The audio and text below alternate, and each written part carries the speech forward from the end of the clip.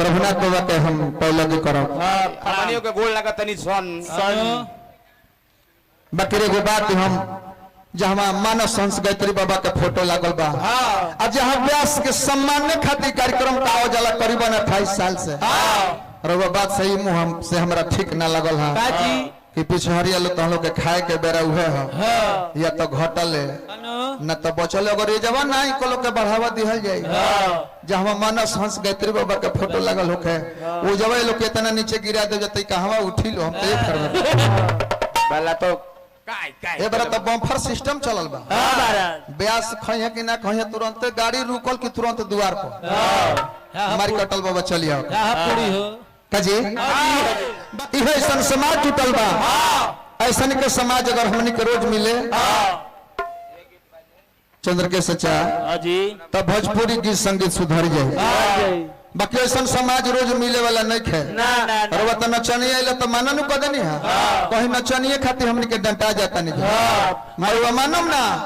नचनिया लेके ना जाई तो हमनी के गाड़ी के यहाँ पानी पिए के केहू पूछे नहीं खा का हो नचनिया लेके आइल बड़ो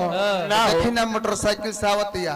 तो लोग कह देता कि ठीक बा वो आई नु तो पानी पिए तबे तो हम लोग के पानी पिए खूब काला बोले चले लो यार तो ये समाज में ऐसा गीत संगीत के समाज अगर रोज मिले तो साचो भोजपुरी से अश्लील मुक्त हो जाए न तेरा नाम के देवी गीत लोग गावता देवी गीत लोग कहता कि देवी गीत हो और ऐसा ऐसा शब्द हुरा जाता कि कहे सुने में लाज लगता कैसे सुनल जेबे आसी हेडफोन लगा के सुना अच्छा न तो देवी गीत नु हो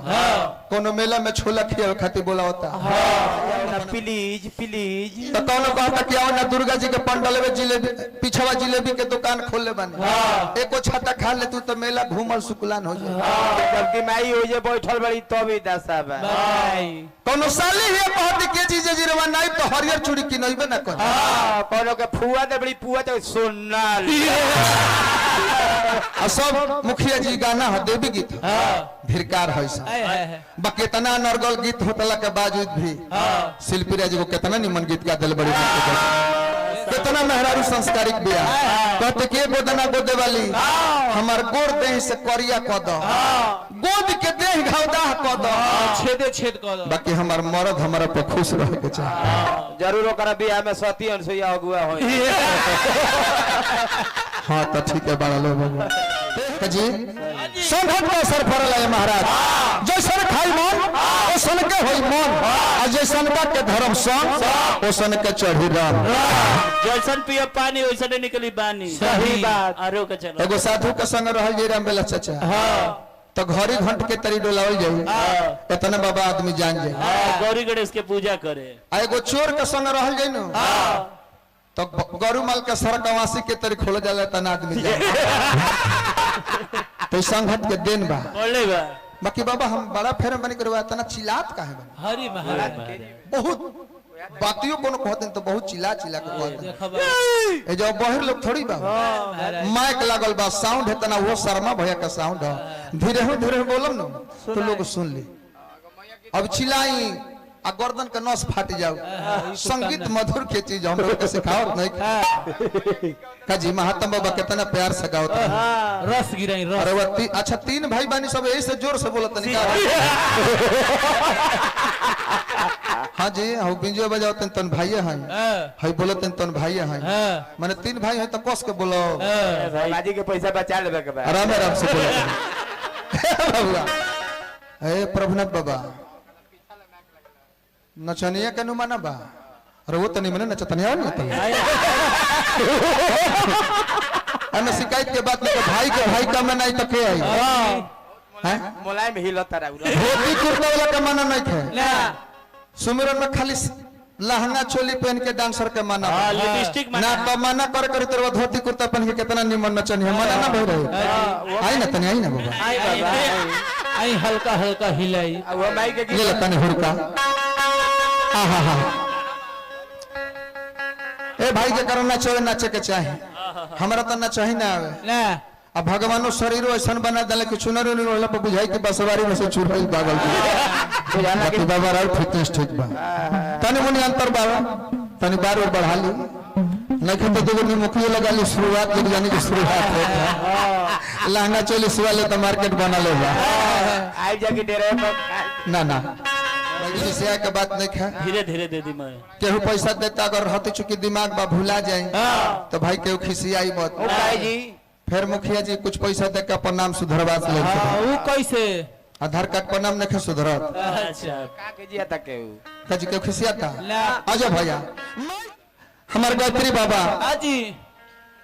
ये तो पहल के जान जाए कि मानस लिखे लायक का पढ़े लायक सुने लायक हो गई आये प्रभुनाथ बाबा जहाँ विद्वान लोग जुटल हो जो काम निकालल जाला वो जो विद्वता पेश पहले पर धरा जाला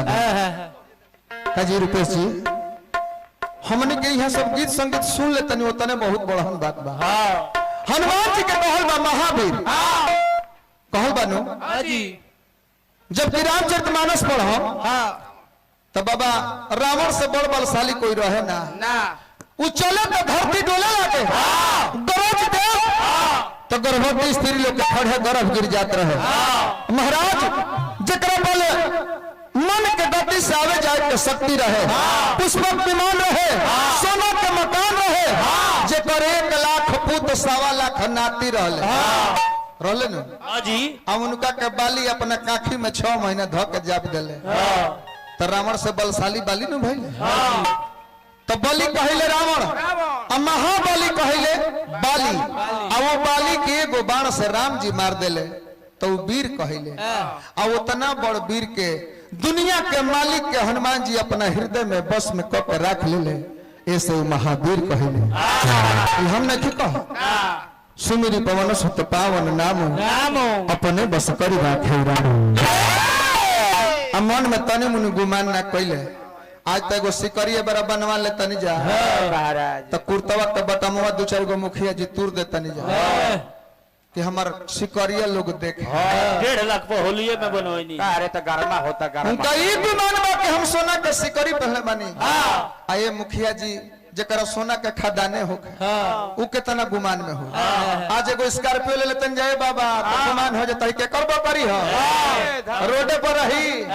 हम कचरबो करी ले ओकरा बाद हम खइबो करे मंदिर बा उनका ई गुमान बा कि हम स्कॉर्पियो ले ले बनी आ जकरा स्कॉर्पियो का एजेंसी हो बताई भला शर्मा भैया उ कितना गुमान में हो आज दुगो चौपाई एगो दुगो जान जतन त गड़िया पर लिखवा देतन जे मानस हंस कमलेश देहाती व्यास